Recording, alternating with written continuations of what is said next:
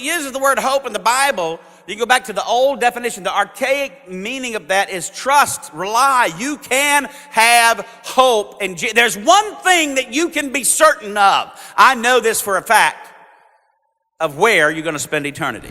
We fly a lot. We're leaving today. As soon as we're done, we got to pack up, head to the airport. We fly a lot. And I don't know why. This happened one time. There's been a few flights I thought it's kind of bumpy. There was one flight I was on, and I promise you, I thought this was it. It was going to be over. This is back when they served meals. And I was sitting next to a lady. I didn't know who she was. I was by myself. And, you know, the girls doing the cart going down the middle, they started flying everywhere, and Cokes and junk and ice flying everywhere, and luggage things popping open, oxygen mask dropping, and it was like all over the place. And that lady grabbed my arm, and it was like painful. But the whole time I was thinking, are you going to finish that cookie? You know, that's what I was thinking, because she still had food on her plate. But I wasn't scared. Now, I'm not saying you can't be, you know, you can be a Christian and be scared, I guess. But for me, I just wasn't scared.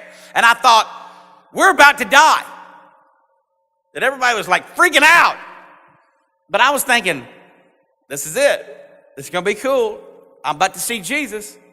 Because I knew him.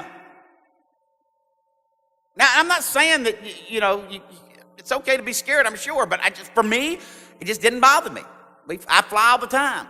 You know, I sleep through stuff. I mean, I'm asleep before they finish telling you how to put the seatbelt on. And I wake up when it lands. Oh, we're home, okay? That's me. I don't care, because I know where I'm going.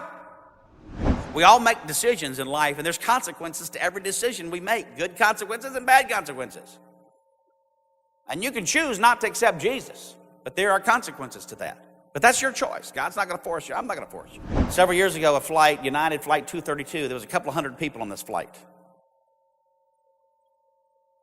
And the reason it sticks out in my mind, because back then CNN was the big station, and they played this. I don't even think they would play this anymore on TV, but they played the black box recording, you know, that they have on those things when they pull it out. And they said from the time the pilot said emergency, emergency, till the last static, 30 seconds took place. You're thinking, that's nothing. 30 seconds, that's fast. Folks, you go watch a 30-second commercial. I mean, people spend millions of dollars for a 30-second commercial for the Super Bowl, all right? Because they jam a lot of information there. You go out and buy stuff. You count that out sometime. 1,000, 2, 1,000, 3, that's a long time. And if you're sitting on a plane, and for 30 seconds, you know this is it. I am going to die. I'm about to meet my Maker. Could you go into that eternity with confidence, with real hope? Guaranteed hope, because the Bible says it's eternal. Several scriptures in the Bible talks about the guarantee of knowing Christ. You can have hope.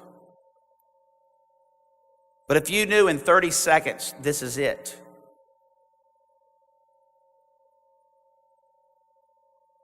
could you say, yes, I'm going to see Jesus?